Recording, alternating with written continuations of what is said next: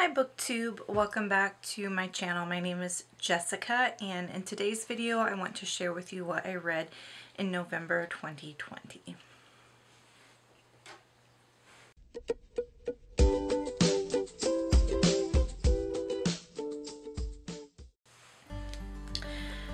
This is the last time that I'll preface my video this way, but I have been sharing this in several videos because I'm feeling self-conscious about it.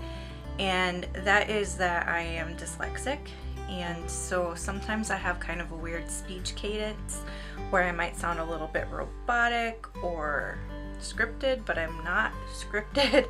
My brain is just working overtime to make sure that I produce coherent language for you. And like I said, I think that's the last time that I will mention that because I've mentioned it in the past 3 videos and I don't want it to be overkill. So there you have it. November was a really good reading month for me. I read 9 books total. I don't think I've read that many books in a while. I have on my phone here the order in which I read them, and I'm just going to share with you each book in the order that they were read. The first book I read was Eclipse by Stephanie Meyer. I am rereading the Twilight series since Midnight Sun came out, and I've read several articles online that say that Stephanie Meyer is planning to write 2 more additional books to the series, which I can't really even fathom where she's gonna go from here. But anyway, I am rereading the series. I have a separate video coming up where I talk more about this book, so I'm not going to say much more about it other than this is the 3rd book in the Twilight series or saga, however you look at it. I consider it a series since it has so many companion novels, but some folks prefer to be very, what's the word I'm looking for, purists and prefer to call it just a saga with the main 4. But in this book, the vampires and werewolves actually come together to protect Bella from Victoria, who is a vampire. You may recall from the first book, Edward kills Victoria's mate, and now Victoria wants to take revenge on Edward by killing his mate, who is Bella. So the vampires and werewolves have to come together to keep Bella protected. I did give this 3 stars out of 5. This one so far during this second time around reading is my favorite in the series. This is just my second time reading the Twilight novels, and first time I read it I only read the main 4, and this time as I read it I'm reading all of the companion novels with it to see if maybe there's a gem in there somewhere. But so far this is my favorite book in the series, and I think it was my favorite book when I read them the first time as well.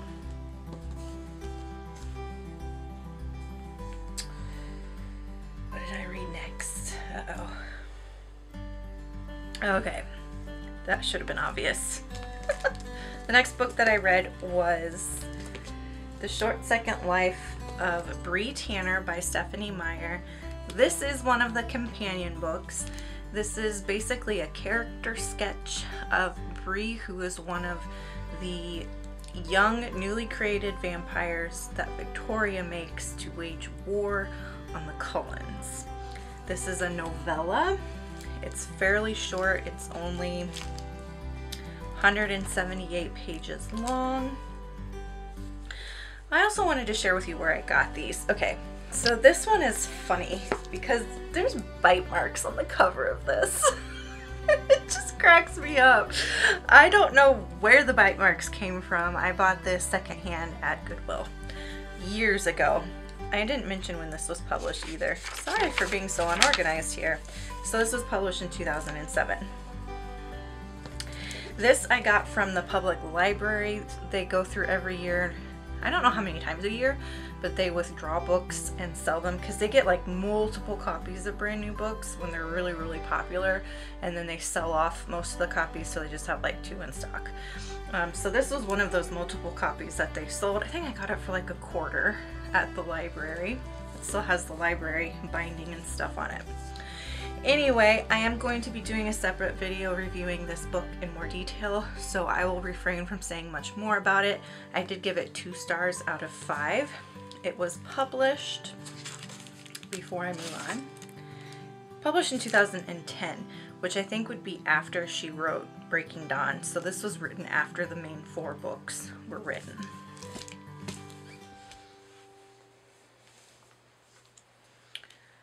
Why do I keep doing that? The next book I read, I don't actually own a copy of it. I borrowed it from my library's digital library collection, and it is American Royals by Katharine McGee. This book is about this idea that way back in the day when America was first founded-ish, around that time, George Washington was offered a royal title and he takes it. So now, rather than having the democracy that we have now, in the book it is more of, it's still a democracy, but it's like, it functions like Britain and their monarchy. Excuse me, I have the hiccups. So the book is about the most recent royal family. There's twins, and then the older daughter who is set to become king. I will read you the blurb about it on Goodreads. 2 princesses vying for the ultimate crown. 2 girls vying for the prince's heart. This is the story of the American royals. When America won the Revolutionary War, its people offered George Washington a crown. 2.5 centuries later, the House of Washington still sits on the throne. Like most royal families, the Washingtons have an heir and a spare, a future monarch, and a backup. Each child knows exactly what is expected of them, but these aren't just any royals, they're American. I don't like that part of the description, because the description makes it seem like this is going to be a new form of royalty, and Katharine McGee just defaults to how the British monarchy functions. And I feel like that was such a missed opportunity for this book. Katharine could have come up with a really cool new royal system in the way that royalty would function in the United States, but she doesn't. She just defaults to the British version. So Beatrice is a princess who's about to become queen, and there's a lot of like love stories involved in this. But one thing that I really noticed was not only did she default to the British monarchy.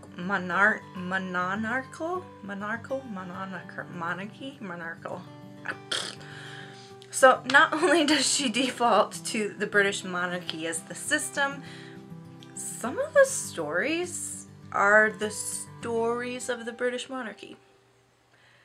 Like, I think there's even an aunt that Beatrice has named Margaret or something like that. It starts with an M, who's like the wild aunt who paves her own way. Like, that's Princess Margaret, the actual British royal.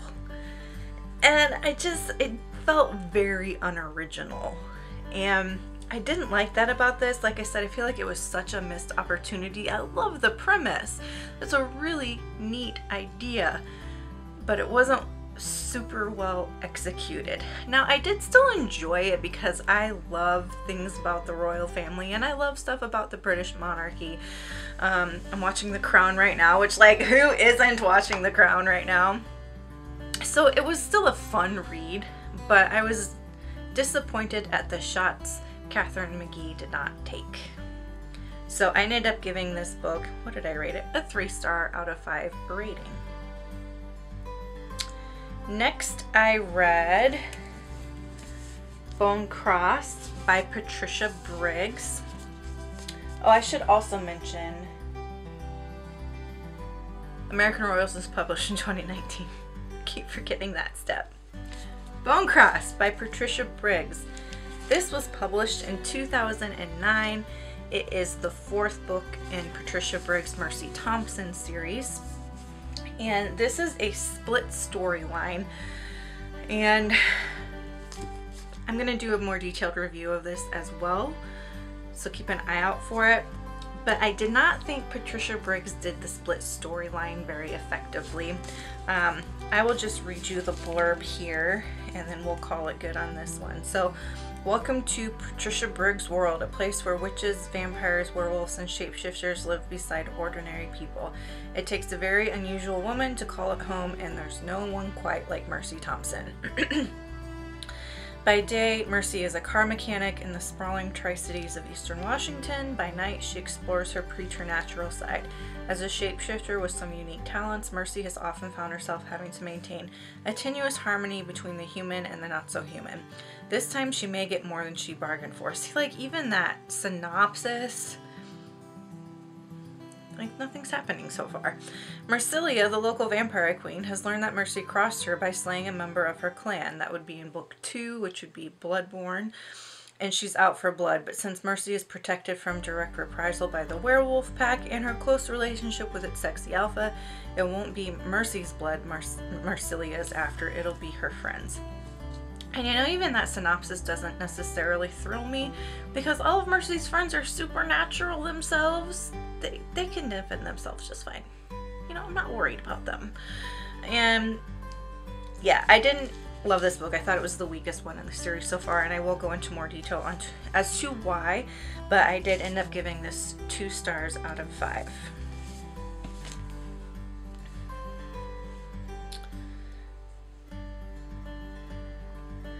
Next, I read a nonfiction book called The Upside of Stress by Kelly McGonigal. This was a really interesting examination of mindset interventions, which is a newer area of psychology that I'm interested in learning more about. So Kelly McGonigal has this really good TED Talk called Making Stress Your Friend, or Making Friends with Stress, or something like that. I'll link you in the comments down below. And she talks about how it's not necessarily stress itself that's bad for us, but it's how we perceive stress that's bad for us. And so this book goes over all the research and data about stress and mindset, and how even just some small mindset interventions can shape the way we perceive stress and handle stress and add years to our lifespan. It is really fascinating. And I do think more people need to read this book, because I think it has the potential to be pretty life-changing. I ended up giving it 3 stars out of 5 because the writing style is not very compelling or absorbing. You can tell that Kelly McGonigal is a PhD who probably spends most of her time writing academic journal articles, and that shows in the way she approaches the different chapters here. It is loaded with research, which is good. It makes her point really well, but it also makes the writing fairly dry and not necessarily the most thrilling thing to get through. The research is really interesting, and at one point it starts to get a little bit repetitive. You start to kind of get to the point where you're like, okay, I get it, Kelly. I get it. You've convinced me. But overall, I think this is an important book, and I got a lot out of it, and I do recommend it to people to read, just with that caveat of knowing that it's going to be a little dry, but it could change your life. So I give it 3 stars out of 5.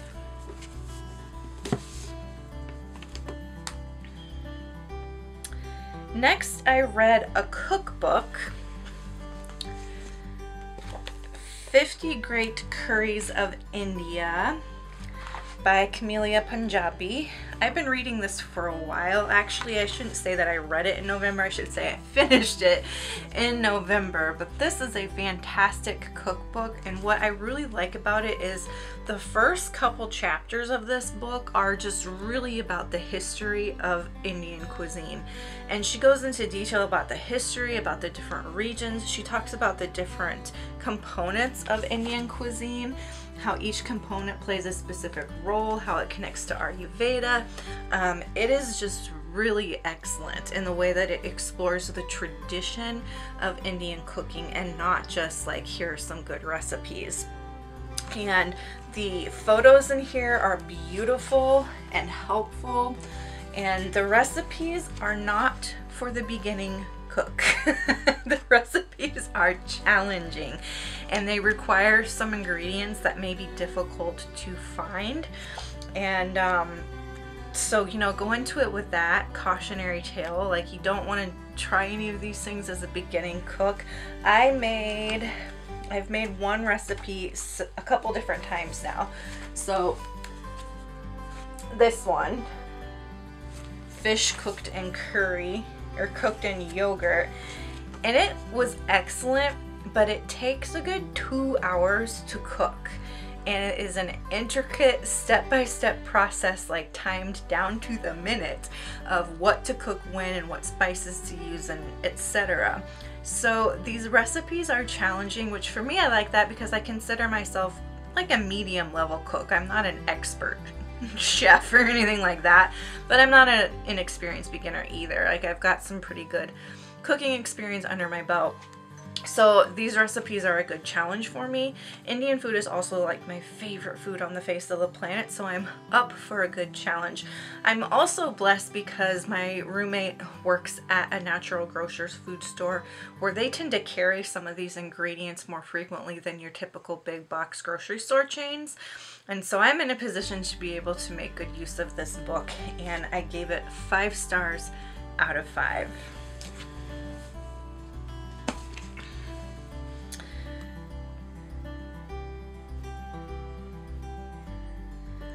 Next, I read Clap When You Land by Elizabeth Acevedo. This is a novel in verse, and I thought it was phenomenal. This book was published in 2020. Oh, I didn't know it was a newer one. Yes, this came out in 2020. This book is beautiful, and like this is inside the dust jacket. Like, it's so beautiful. And I love this because the novel's about 2 sisters who live in different parts of the world, and like the 2 different themes here, like this represents Yahaya and this represents Camino. And I just thought that was such a clever book design, and I loved it. This book blew me away. I am so impressed with Elizabeth Acevedo. I think she is a genius.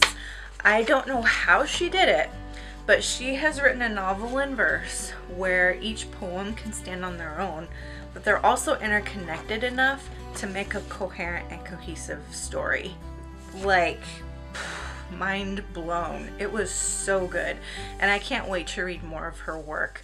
I gave Clap When You Land 5 stars out of 5. Next, I read a book that you may have already seen the review for. I read Stoner by John Williams. This is a book that could be considered dark academia or a campus novel. It was written in 1965. It's about the life of Bill Stoner, who is an English professor, and basically his career and his life. It's just a life story. It's a really slow burn, and the story is very bleak, but the writing in this book is exquisite, and I ended up giving it 4 stars out of 5. If you're interested in seeing my more detailed review of the book, I will link you to it up here. Next, I DNF'd A Lady of Persuasion by Tessa Dare. This book was published in 2009. I'll read you the blurb on the back. One thing could convince Sir Tobias Aldrich, an incorrigible libertine, to profess undying fidelity to a woman he's just met. Revenge. What better way to get back at an enemy than by stealing the scoundrel's sister? Not that Toby finds it a chore, seducing a beguiling, sultry beauty freshly arrived from the West Indies. When the prize is Isabel Grayson, vengeance is doubly rewarding. This was part of a series, I think it was called like the Dairy Maid series. Not for me. Far too much smut, far too little substance. Just not for me. I gave it a 1 star out of 5, and I DNF'd it at about page 100. Okay, the last book that I read in November was Jesus Feminist by Sarah Bessey. I'll read you the blurb on this. Maybe? Oh, here we go. Gender roles have been debated for centuries, and now Sarah Bessey offers a clarion freedom call for all who want to realize their giftedness and potential in the kingdom of God. Through a thoughtful review of biblical teaching and church practices, Bessey shares how following Jesus made a feminist out of her. This book is about just what it said on the back cover there, Sarah's experience with feminism and being a Christian woman. And she does a really nice job of explaining how feminism and Christianity can coexist, that Christians can in fact be feminists, and that feminism is not a dirty word. I liked this book. I didn't think it was groundbreaking, but I liked it. I would categorize this more as a memoir than, how is it? Yeah, they have it categorized as religion. I would categorize this as a memoir. I wouldn't categorize it as necessarily religion. There are a couple chapters in here where she does break down biblical passages and stories, and shows how Jesus actually really embraced and loved women and treated them as equal to men. But I'm not going to say that it was like a hard-hitting exploration of theology and femininity or feminism, because it wasn't. A lot of it was like her personal experiences within the church as a woman and observations of other women in the church. And just a smaller part of it was actually that theological exploration using biblical passages and other research. What I didn't like so much about it was that I feel like she overdid it on the emotionality and sensationalism just a little bit.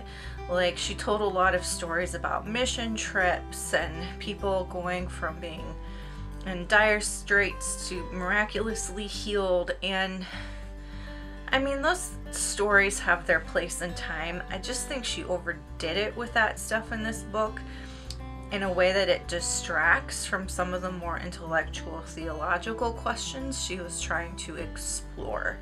So it was good, it was fine, it was interesting. I like the way she explained how feminism and Christianity can coexist, but another book where I feel like an opportunity was missed. So I ended up giving this one 3 stars out of 5. That's it for what I read in November of 2020. I have my December TBR already posted. I'll link you to it up here if you're interested to know what I'm planning on reading here in December. To all of my American friends, I hope you had a fantastic Thanksgiving holiday. And until next time, make sure to read good books, drink good coffee, take care of yourselves and each other. Bye!